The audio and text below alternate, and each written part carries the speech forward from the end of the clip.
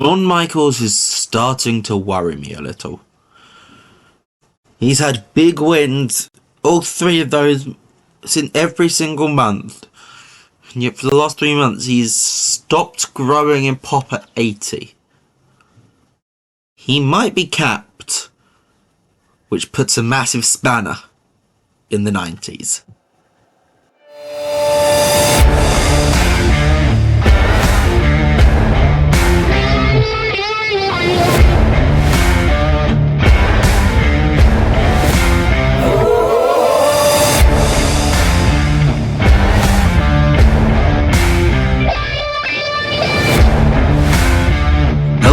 Hello there and welcome to episode 36 of From Then to Now, the TEW 2020 save, where we take the World Wrestling Federation from 1992 all the way up to modern day WWE. My name is Phantom TEW. If you're new around here, make sure you subscribe for daily TEW 2020 content. And hit that like button if you enjoy this video. In this episode, we have got superstars. 3 more superstars to go before SummerSlam. And that road to Wembley is full swing.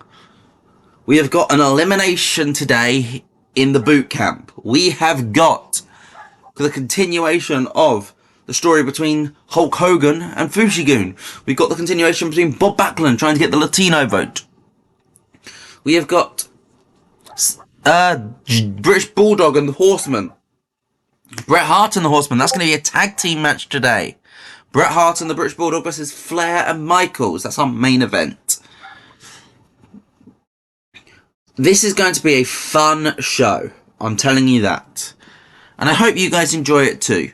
As I said, if you are new around here, make sure you do subscribe because, well, less than half of you are subscribed. And I know that we can do better than that. But a big part of what's making this show big is we have returned to Madison Square Garden for this show. We are taking on the spiritual home of the WWF. We're going to MSG as we have one more show on the East Coast before we head across the pond. And we have an episode of Superstars in the UK before SummerSlam itself is in the UK. I'm excited, I hope you guys are too. Let's see how we do. And ladies and gentlemen, your opening contest today is a boot camp elimination match between Scotty Riggs and Brian Lawler. Gets a 71 rating. As Vince McMahon makes the announcement, it's boot camp time. And the match, have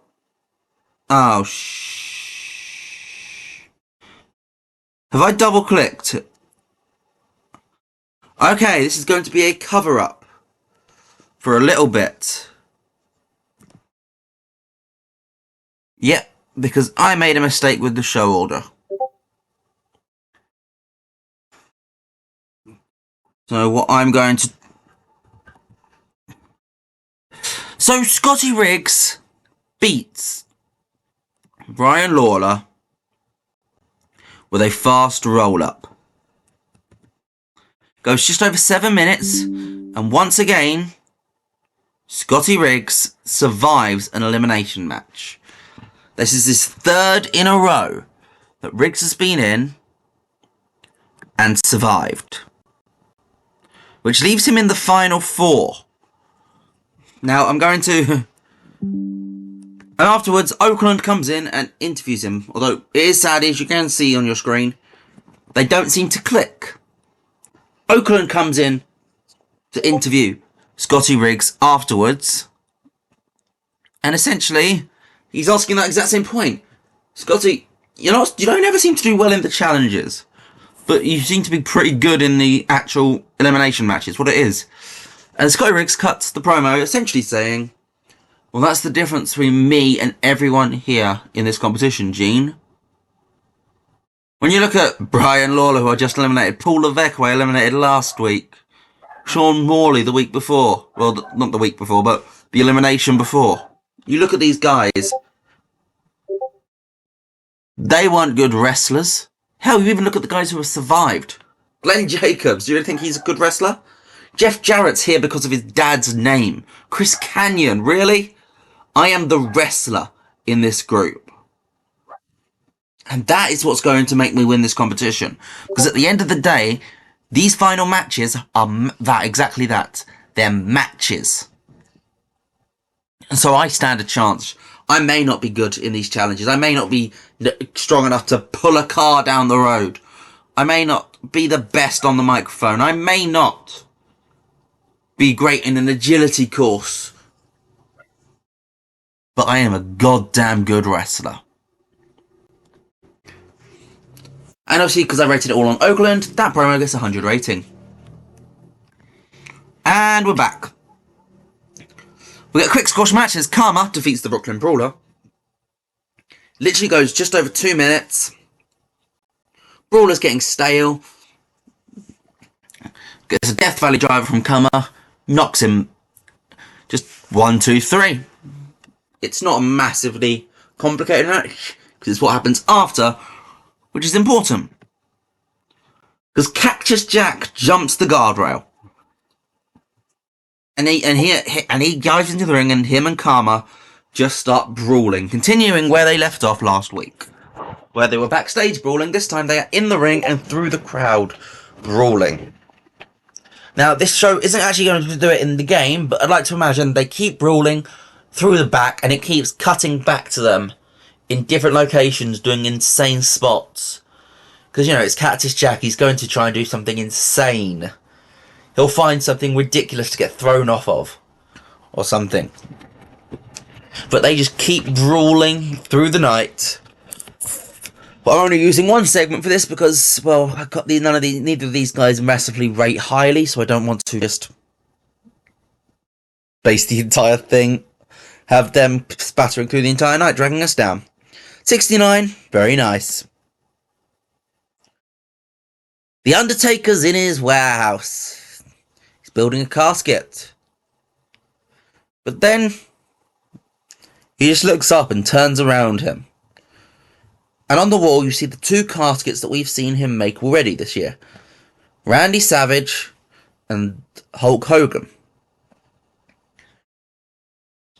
Hogan's is not in the best of shapes. You can sort of picture it that Undertaker, when he lost, came back and attacked Hogan's casket to try and get his anger out. Whereas Savage's is in immaculate condition. It's been varnished. It looks gorgeous. And Undertaker literally just starts staring at Savage's casket. And just says, why do people always come back to those who hurt them? It's a toxic trait.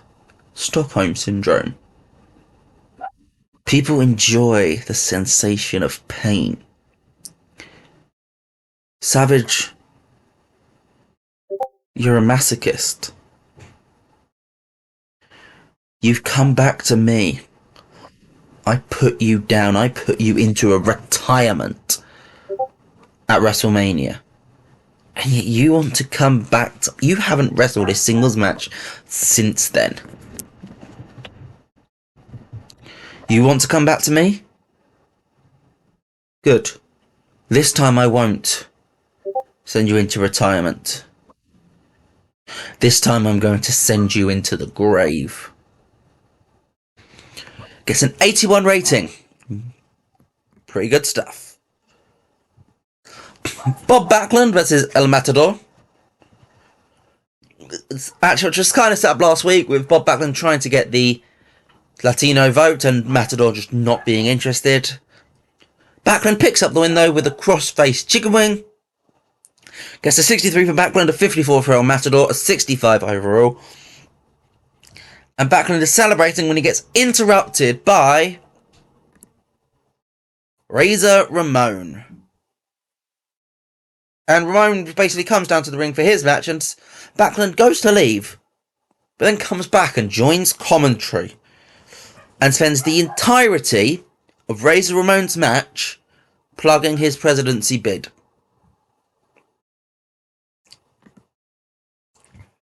It's a short match, so Packland actually complains that he doesn't get enough time to promote his bid. It literally goes less than a minute. Ramon hits the razor's edge on Bob Bradley, gets a 54, 1, 2, 3. Bob's your uncle. Well, no, Bob's the loser here, actually.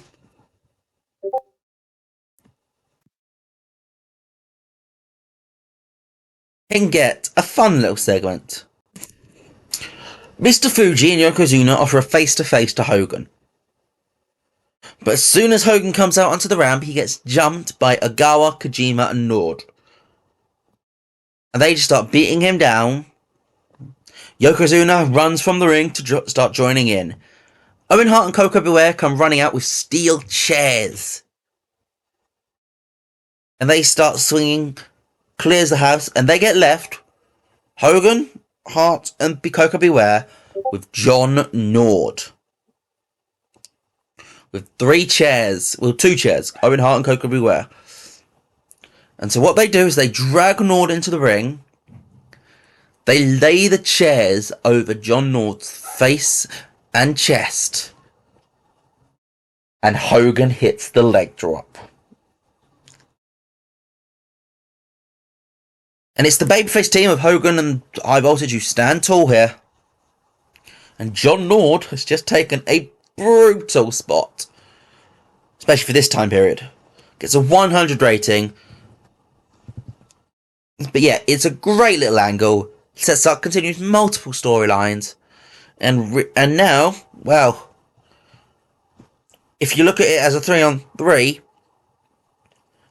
Fuji is the only person who keeps Fuji-gun outnumbering the babyfaces. And of course, Hogan has friends as well. And Owen has family in this company. Yes, a 100 rating though. Good stuff.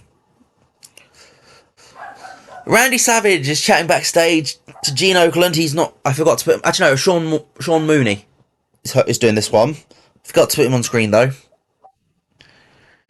And he announces that next week that The Undertaker... He watched The Undertaker's vignette earlier. And you know what? The Undertaker is right. He hasn't wrestled a singles match since WrestleMania. So next week, that is going to change. Randy Savage will make his singles return to the ring. 100 rated, it's a quick Savage promo. Just to continue his plate spinning.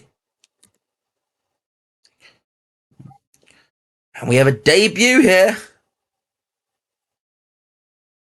As the Road Warriors, the Legion of Doom, are joined by Paul Ellering. And No Stupid Doll. Because I know that was around this time. Because they made the entrance with the doll at SummerSlam 92. We're not bringing in the doll. Just Ellering. But Ellering is here to do their talking for them. I actually rated them all here, which I probably shouldn't have done. I probably should have just rated Ellering. But, and the Road Warriors accept Miracle Violence Connections' challenge for SummerSlam. Gets a 49 rating.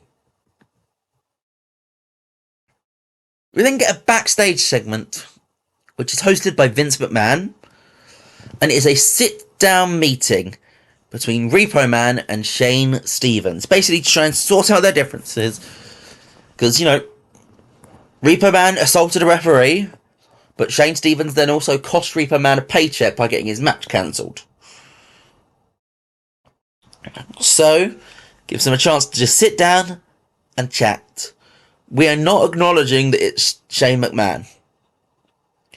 And I'm not sure if we ever will, because I think we introduce him fully as this character. I don't then just later want him to change into a McMahon, unless it's needed in the story, because I'm not even sure I'm going to do heel McMahon. Well, yeah, no, let's be honest, I'm going to do heel McMahon at some point. But, you know, if we keep certain people, we might not need heel McMahon. We might be able to pull that role off with other people. But Shane Stevens and Repo Man face-to-face, but it does not end anywhere. Repo Man ends up shoving the table into Stevens and storming out. Vince McMahon left gobsmacked in the centre of the room. It's a 77 rating because I rated it all on Vince.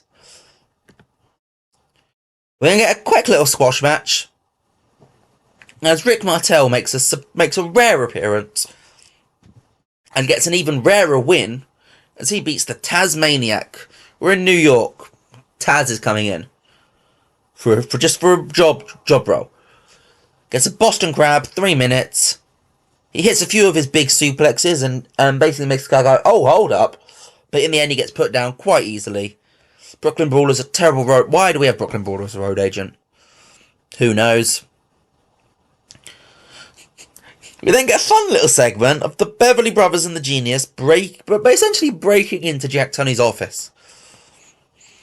And the Genius starts shouting at Tunney, saying that he wants the Bushwhackers fired. Last week, they deliberately got themselves disqualified. And they intended to maim the beautiful Beverly Brothers, the intellects of the tag team division. And Jack Tunney just sits very calmly and just goes, because of their actions last week, the Bushwhackers are already suspended. They will return at the start of September. However, they are not happy. They are pissed off. And when they return, you are going to be their targets. So I'm going to book this match for when they do return. It will be a rematch between the Beverly Brothers and the Bushwhackers. But to ensure that the Bushwhackers don't get themselves disqualified again, the match won't have any disqualification. So yeah, we've just booked a match for Superstars 3 weeks down the road, for the first week of September. Just because the Bushwhackers are suspended until then. It's a 55 rating. And the main event gets an 82, goes 25 minutes, and it's a draw. It's a double DQ, it's a double count. Basically, the referee just loses control. It breaks down into a massive brawl. Simple as that. It's Bret Hart and the Bulldog versus Flair and Michaels. It's very particular. Bulldog does most of the work with Flair. Hart and Michaels do a lot of the work together. An 89 for Bret, a 94 for Rick, 74 for Bulldog, and a 77 for Michaels. This road to SummerSlam is feeling tasty. You've got 2 weeks to go. One more in America, and one more in the UK. But what do we got overall?